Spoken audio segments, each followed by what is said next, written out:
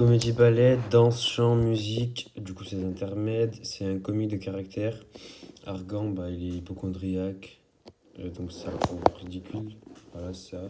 Après, comique de situation, c'est des quiproquos, des malentendus, des conjonctions d'événements, des conséquences.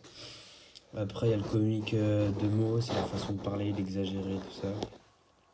Après, il y a concessif, oui, mais c'est. Voilà. Et dialectique, c'est oui, mais donc. Donc, c'est quand tu peux répondre oui ou non à la question. Voilà. Donc, le oui pour le concessif, c'est argument, et le mais, c'est nos arguments. Ouais, voilà. Et le oui dans le dialectique, genre, c'est tu réponds à la question à l'affirmatif, un peu, t'essayes. Et après, pour le brouillon, t'as vu tout ça, t'as le théâtre, faut dire, genre, théâtre dans le théâtre. Après, il y a les mots-clés, il faut définir les termes, les synonymes, les antonymes. Genre, ça peut t'aider après. Mais il faut pas se contredire en même temps, tu vois, ça peut t'aider les synonymes et les antonymes des mots-clés pour le mais, tout ça. Et on pense, voilà, à l'opposé des mots, faut pas vraiment se contredire quand tu fais le mais. Après, il y a la synthèse. Donc, il y a deux. Donc, la première partie, tu peux dire certes, il y a ça. Après, la deuxième, néanmoins. Et la troisième, en réalité. Donc, dans le théâtre, voilà, t'es dans le théâtre, faut y penser. Après, il y a inversion des rôles, toilette, argan, médecin, tout ça.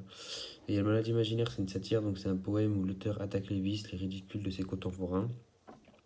Le malade imaginaire est une comédie ballette de 1673. Tu fais trois parties et deux sous-parties. Donc, faire une phrase d'accroche, l'énoncé du sujet, la définition des mots-clés, problématique, annonce du plan. Après, voilà, donc après, tu as tout le truc et tout. Trois parties, deux sous-parties avec une conclusion. Donc, cette pièce est la dernière œuvre dramatique écrite par Molière, 1673. Il s'agit d'une comédie-ballet. Elle relate les mésaventures d'Argan, le malade imaginaire.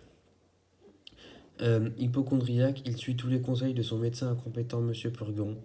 Il veut même avoir en médecin comme beau-fils, un médecin comme beau-fils, alors que sa fille Angélique aime cliente. Nous pourrons alors nous demander si la pièce est une simple satire de la médecine. Genre ça, tu l'écris pas forcément maintenant dans le truc, mais voilà. Et la satire, c'est les vies, tout ça, nanana. Et parler de l'île des esclaves, tout ça, les trucs qu'on a eu en classe.